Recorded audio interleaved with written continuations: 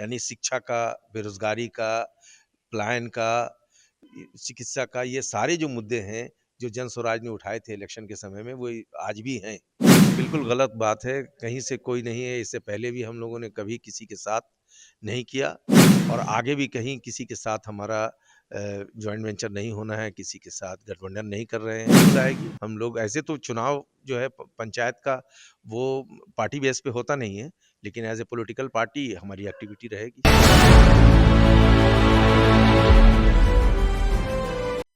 आप देख रहे हैं स्टार टीवी बिहार और मैं हूं आपके साथ ऋतु। आज मैं मौजूद हूं जन स्वराज के मुख्यालय में, जहां उनके वरिष्ठ नेता के द्वारा उनके तमाम सदस्यों के साथ एक अहम बैठक की गई है। सर, सबसे पहले इस बैठक का मुद्दा क्या है? देखिए, ये एक मुद्दा जो है वो जन स्वराज हर जिला में लोगों की मीटिंग बुला रही है। 22 पर्यवेक्षक बनाए गए हैं, मैं भी उनमें से एक पर्यवेक्षक हूँ, जो लोगों से जानना चाह रही है कि हम इसको जन स्वराज पार्टी को और अधिक अच्छे तरीके से कैसे लोगों का के सामने अपनी बातों को रख सके, किस तरीके से लोगों से जुड़े हुए जो मुद्दे हैं उनको हम कैसे लोगों तक पहुंचा सकें, उनके तक पहुंच सकें, किस तरीके से हमें नए पदाधिकारी की या जिस चीज़ों की ज़रूरत है वो करने की ज़रूरत है या नहीं। तो इस सारी चीज़ों पे हम लोग चिंतन मंथन कर रहे हैं। सर, आप लोगों के मुद्दे के साथ जनता से जुड़ना चाहते हैं, तो किस मुद्दे के साथ? देखिए, जो हमारा मुद्दा है, इससे पहले जो भी मुद्दे हम लोगों ने उठाए वो जनता के ही मुद्दे थे। यानी शिक्षा का, बेरोजगारी का, पलायन का, चिकित्सा का, ये सारे जो मुद्दे हैं, जो जन स्वराज ने उठाए थे इलेक्शन के समय में, वो आज भी हैं और वही जनता का मुद्दा है। उसी मुद्दे को लेकर के हम लोग जनता के बीच उनको तक पहुँचाने के लिए बातें कर रहे हैं, ताकि उनको और सुदूर रूप से अच्छे तरीके से उनको हम कैसे वहाँ तक पहुँचा सकें और उनके से भी राय ले सकें, इसके लिए ये एक्सरसाइज़ हम लोग कर रहे हैं। सर, नए साल की शुरुआत हो चुकी है, तो क्या जन स्वराज भी नए साल के साथ कुछ नया करने जा रही है?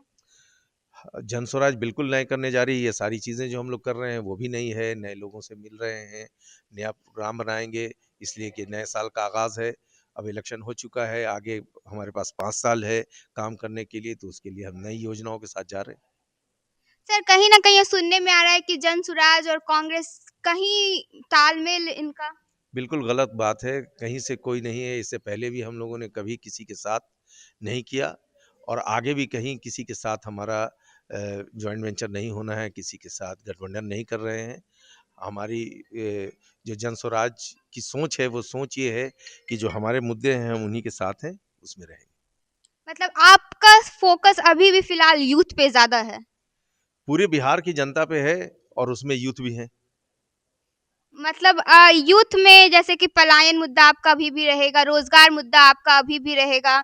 लेकिन इन सब मुद्दों पे बात करने के बाद भी कहीं न कहीं इस बार जन स्वराज को वो जीत नहीं मिली जो उन्हें मिलनी चाहिए थी, ऐसा? ठीक है, हमें जीत नहीं मिल सकी, लेकिन मुद्दे ख़त्म नहीं हुए हैं। मुद्दे वही हैं, जो मुद्दे पहले थे, वो बेरोज़गारी के, पलायन के, रोज़गार के, चिकित्सा के, शिक्षा की, ये सारे मुद्दे जो हैं वो कल भी थे, आज भी है। इसलिए हम लोग इस पे बात करेंगे और जनता चाहती है कि हम इस मुद्दे को उठाएँ, बात करें। सर, मेरा अंतिम सवाल आपसे यह है कि क्या पंचायत चुनाव में भी जन स्वराज कहीं नज़र आएँगी? बिल्कुल आएगी। हम लोग ऐसे तो चुनाव जो है पंचायत का वो पार्टी बेस पे होता नहीं है, लेकिन एज़ ए पॉलिटिकल पार्टी हमारी एक्टिविटी रहेगी। तो सुना आपने कि क्या कुछ कहा हमारे वरिष्ठ नेता ने।